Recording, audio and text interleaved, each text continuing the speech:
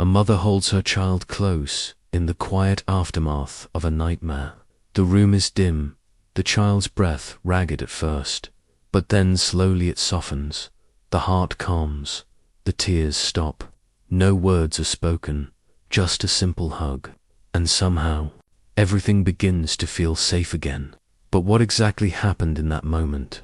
Why does something as simple as touch, just skin against skin, warmth against warmth, have the power to reset the body's alarm system? Why does a hug calm the heart, slow the breath, and soothe the storm inside us?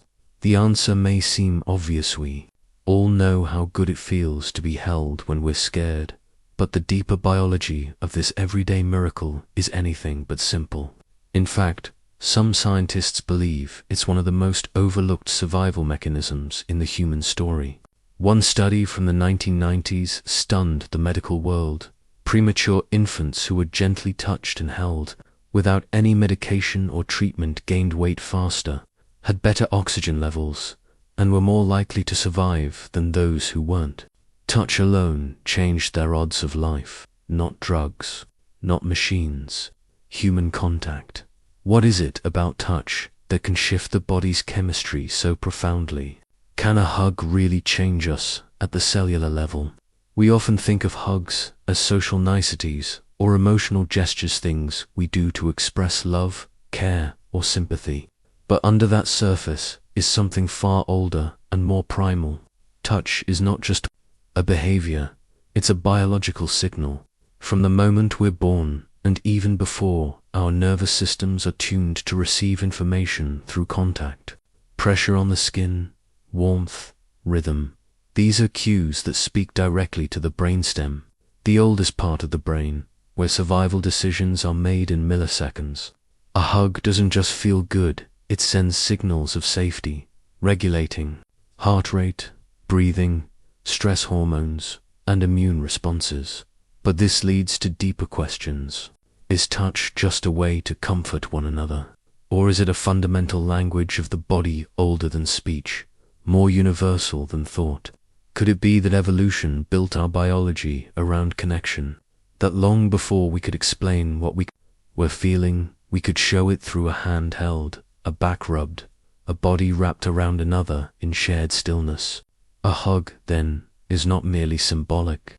It is physical poetry, a communication written in the nervous system, whispered in oxytocin, dopamine, and the gentle synchrony of breath. It's possible that in a single embrace, thousands of biological messages are exchanged, signals of presence, signals of safety, signals of love. So the question is no longer just emotionally, is scientific, evolutionary, and philosophical.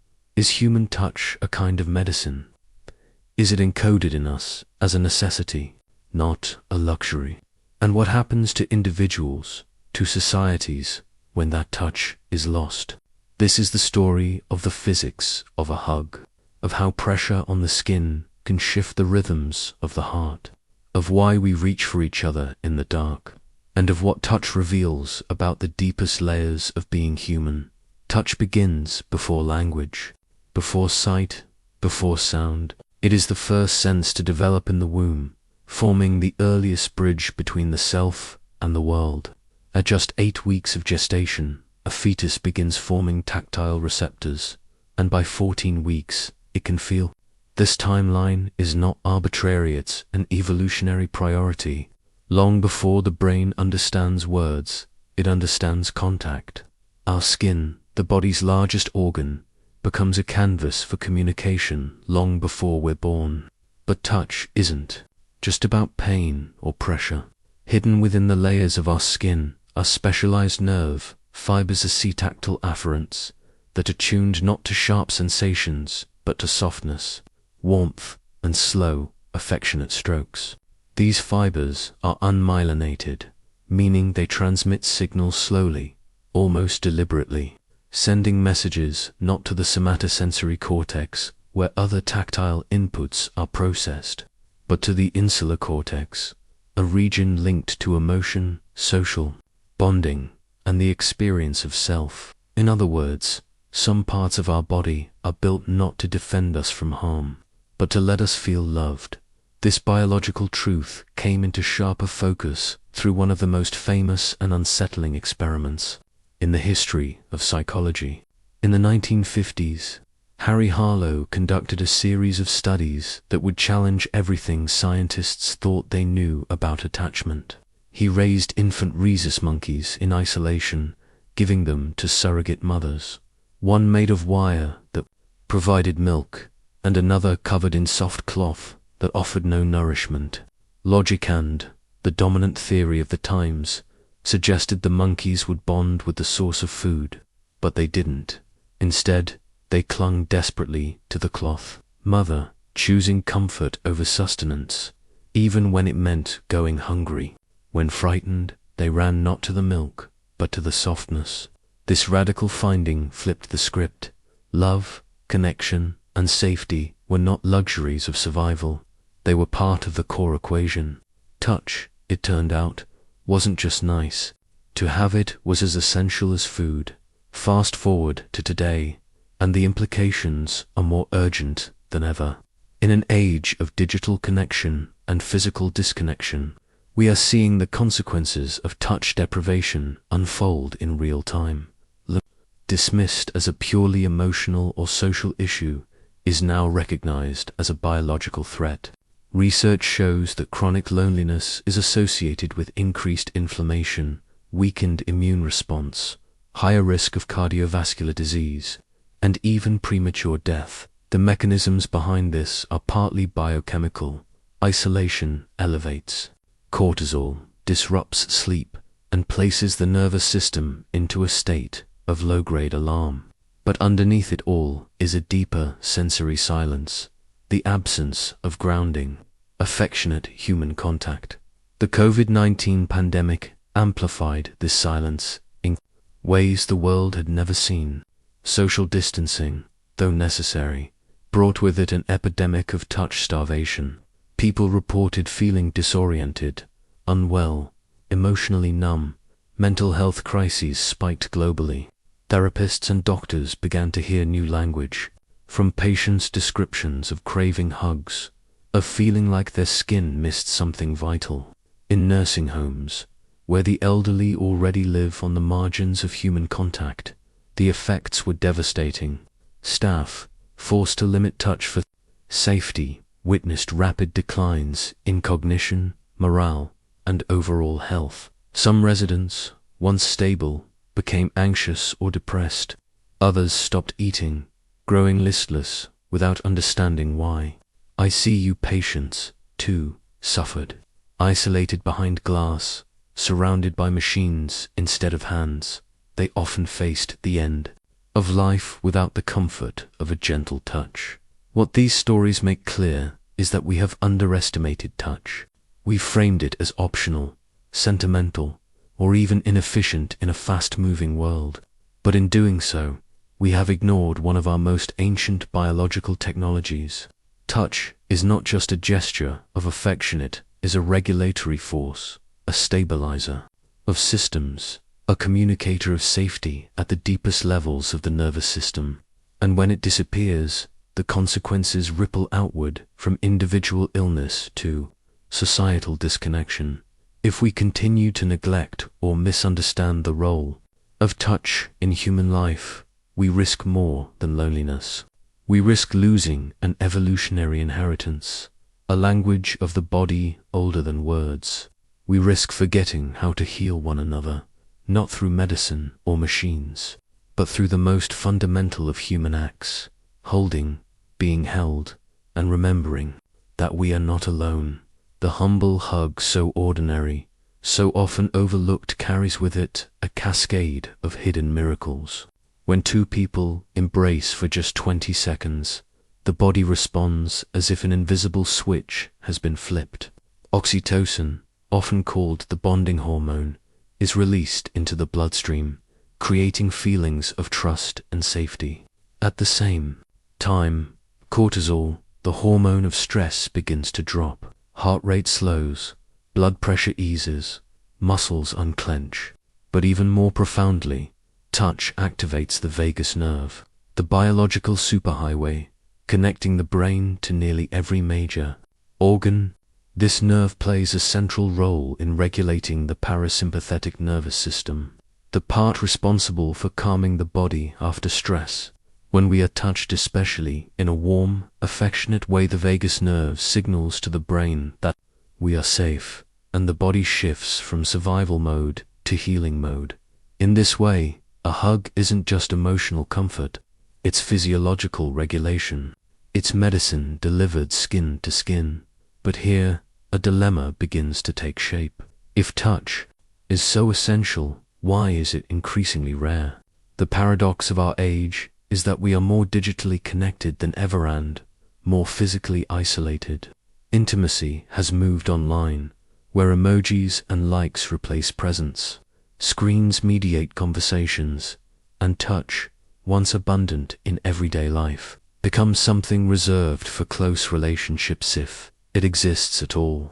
In cities, where most of humanity now lives, casual physical contact between adults is often discouraged. Crowded streets demand distance. Workplaces enforce boundaries. In public spaces, touch is policed by social norms, and in many cases, by fear. This discomfort with touch is compounded by cultural taboos and shifting social norms. In some parts of the world, physical affection is woven into daily life: cheeks kissed in greeting, arms linked in conversation, hands held without implication. In others, touch is restricted to romantic or familial bonds, often hedged by anxiety. And even in places where touch was once common, modern anxieties blur the line between affection and invasion. In schools, teachers are warned not to touch students. In hospitals, medical professionals are taught to prioritize technical care over tactile comfort. In elder care, the need for consent clashes with the need for closeness. The result is a world unsure of when, how, or even if it's okay to touch despite our bodies crying out for it. This confusion leads to a deeper conflict of beliefs. Is touch inherently healing, or is it something to be strictly regulated? In medicine, practitioners walk a fine line between compassion and professionalism. In parenting, some cultures encourage skin-to-skin bonding, while others emphasize independence. In the care of the aging or dying, the absence of touch can lead to despair, but its presence, if uninvited, can feel intrusive. And in all these cases, the body responds regardless of intention. Touch denied can feel like abandonment. Touch poorly timed can feel like violation. How do we navigate this? Then comes the turning point in insight that reshapes the entire conversation. Emerging research suggests that touch does more than soothe or comfort. It may act as a kind of biological shield. A growing body of studies indicates that affectionate physical contact boosts immune resilience, reduces inflammation, and even supports cardiovascular health. In one trial, adults who received regular, caring touch had fewer cold symptoms after exposure to a virus. Other research has linked touch to lower rates of depression and better long-term outcomes for people recovering from illness. These aren't just psychological effects, they're systemic, measurable changes in how the body defends and repairs itself. In this light, touch begins to look less like a sentimental gesture and more like a forgotten vaccine, one that doesn't just make us feel better, but actually helps keep us alive. The problem, then, is not that we've outgrown touch, but that we've underestimated it. In an age of intellectual progress and digital sophistication, we've left behind one of our most primal medicines, the healing power of human contact.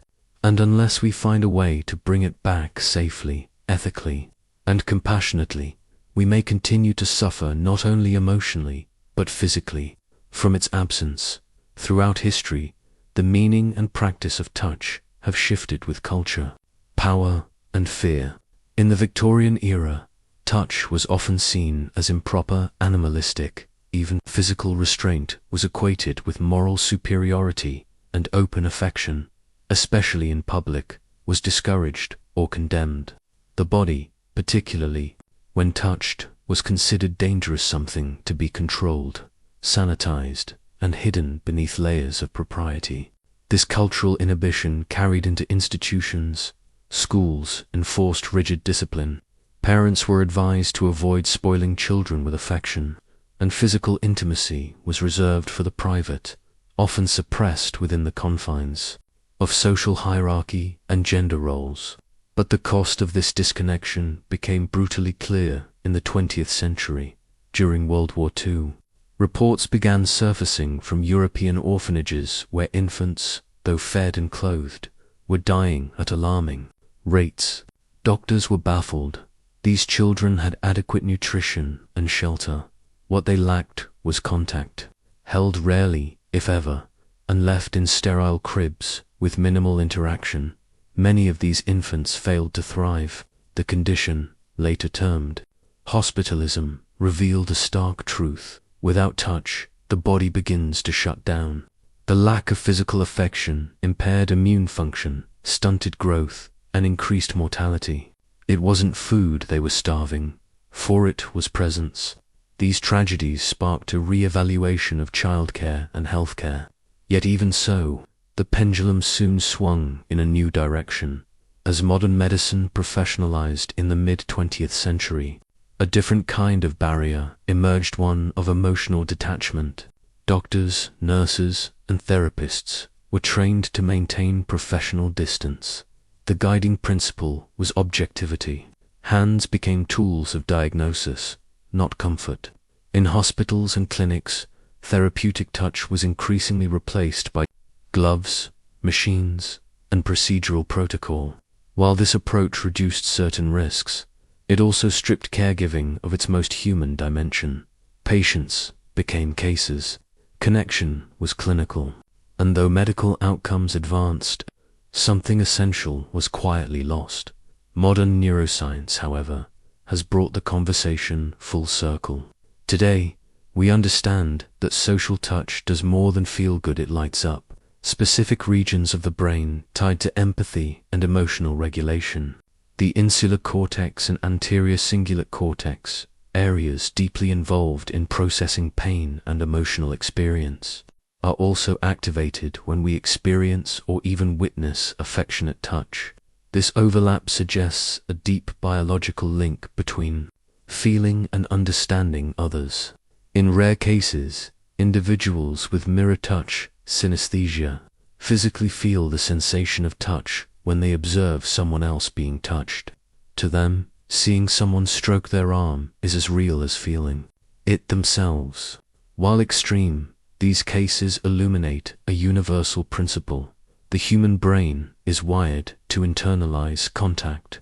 It shapes how we feel, how we relate, even how we think. And yet, despite this growing knowledge, we live in a time of growing conflict around touch.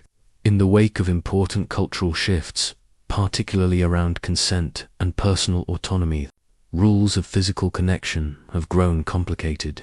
Rightly, we've become more sensitive to the importance of clear boundaries and respect, but in doing so, many now find themselves afraid to touch at all.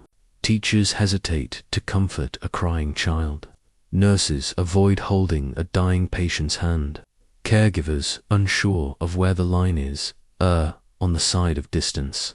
Legal fears and institutional policies, while designed to protect, often leave people more isolated. This tension is magnified by technology.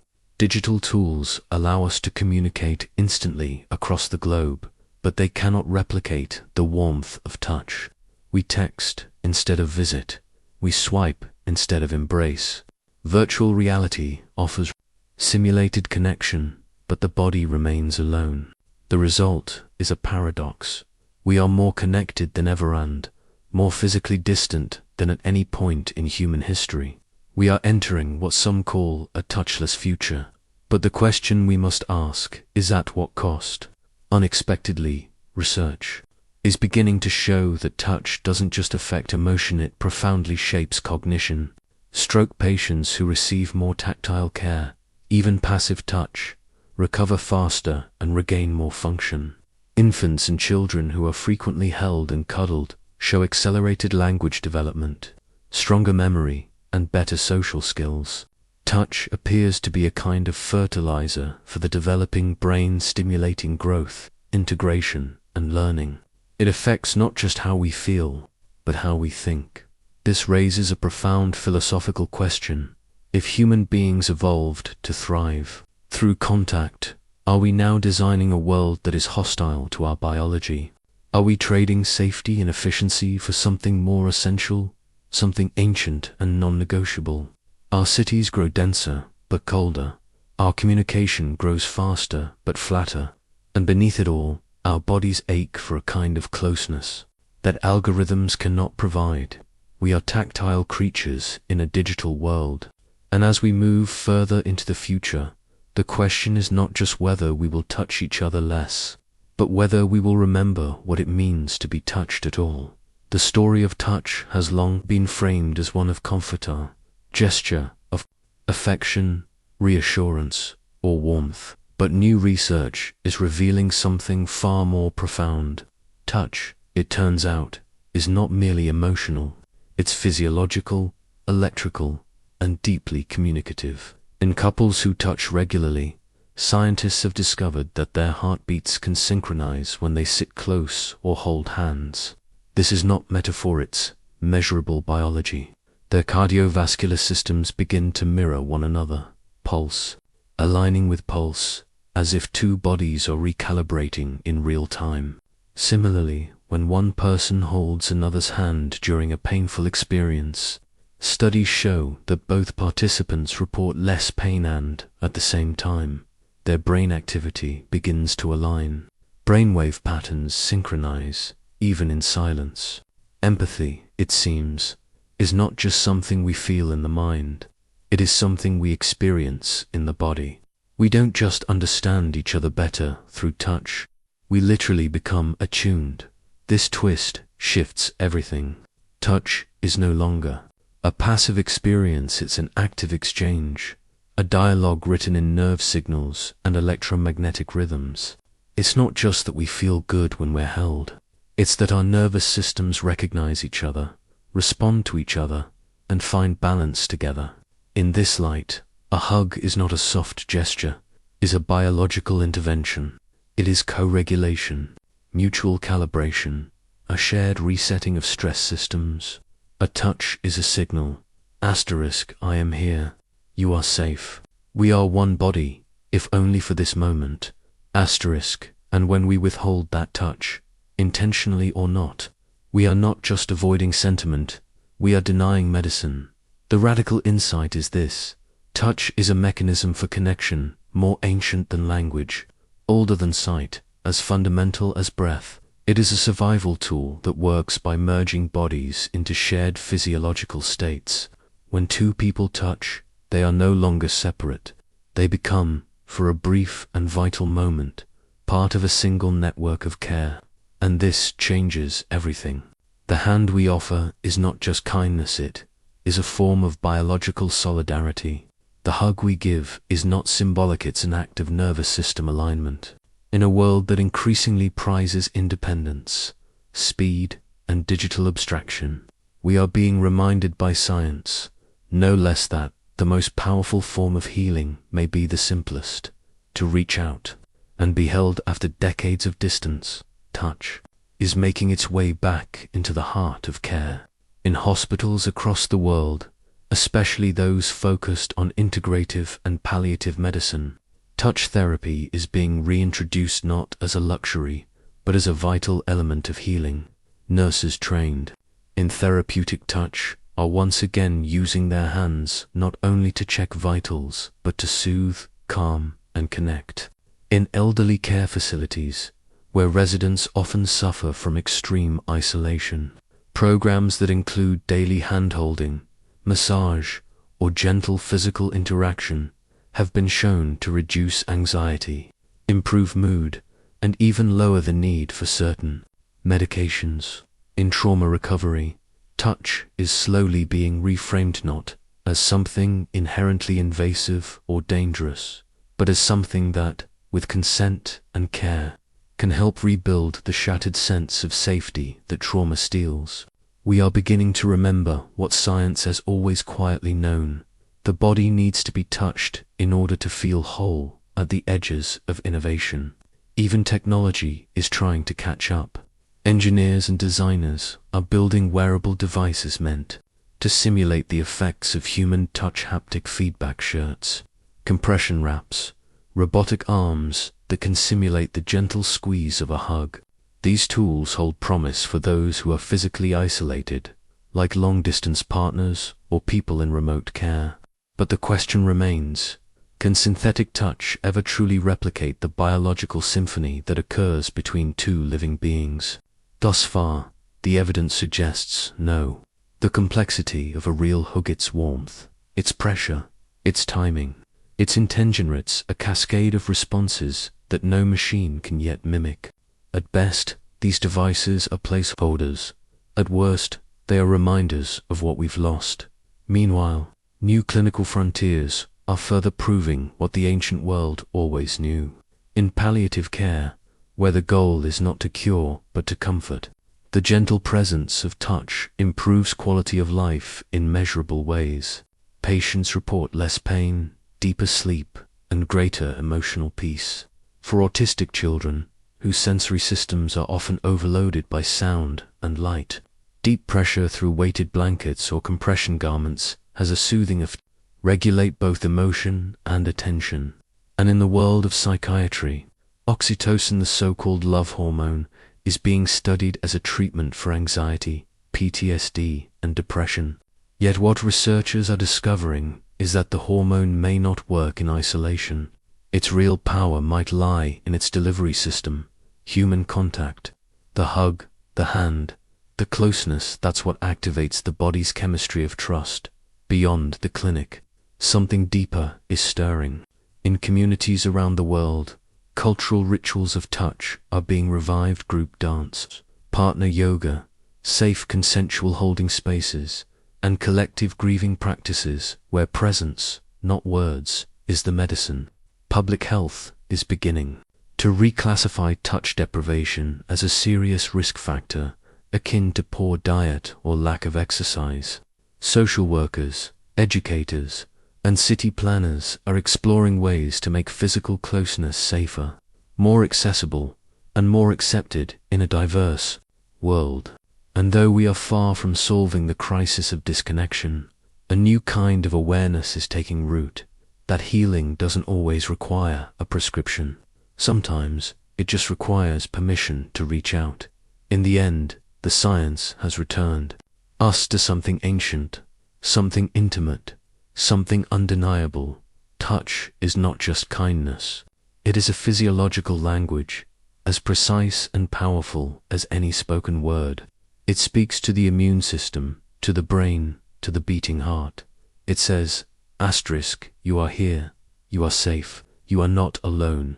Asterisk, and in a world that often feels fractured and abstract, that may be the last language we all still understand. In the quiet of a dimly lit room, an elderly man sits beside his sleeping wife. Her chest rises and falls in a slow, gentle rhythm. He reaches out and takes her hand. No effort, no ceremony, just the warmth of one palm folded into another. Her breath deepens, softens, as if his touch has reminded her body that it's safe to rest. He doesn't speak. He doesn't need to. His thumb traces the ridges of her knuckles, worn smooth by time. And in that silence, something real and unspoken passes between them. Not thought, not memory, but presence. A shared hum beneath the surface, to bodies remembering how to be one. No words are exchanged, but everything is said. This is what a hug truly is, not simply a closeness of bodies, but a convergence of nervous systems. It's the quiet moment when the barrier between two people thins, and something ancient moves through the skin, like light through water. A hug says what language cannot. Asterisk, you are safe, you are here, I feel you. Asterisk, that message, though invisible, is received in the pressure of the arms, in the rhythm of breath. in the steady beat of two hearts adjusting to each other. This isn't metaphor, this is biology. The body listens, learns, and responds. And for a few seconds, maybe for the first time all day, someone feels held not just physically, but existentially. They exist in someone else's arms. And that, sometimes, is all the healing we need. Perhaps this is the truth we've been circling all along. That touch is the original language of love. Before there were words, before the brain could form thoughts, the body already knew how to reach. A newborn nestles into a mother's chest. A frightened child clutches a parent's leg. A friend lays a hand on another's shoulder at a funeral. In these gestures, something wordless flows. We don't explain it. We don't need to. It's older than speech and deeper than thought. We knew how to love each other long before we knew how to describe what love was. And maybe, in the end, the heart doesn't listen through language at all. Maybe it listens through the skin, the soft contact, the warmth, the pressure, the signal of presence. Maybe every hug is a kind of remembering, not just of who we are, but of what we are made for. To hold, to be held, to be seen, not with the eyes, but with the hands. In a world spinning faster every day, filled with noise, data, and distraction, touch brings us back to the only place that is always real, here now, together. So when words fail, when the world feels distant, when the mind is too full or too tired, reach out. Place a hand on someone's back. Let your palms say what your mouth cannot. Because sometimes the most profound human truths can't be spoken, they can only be felt.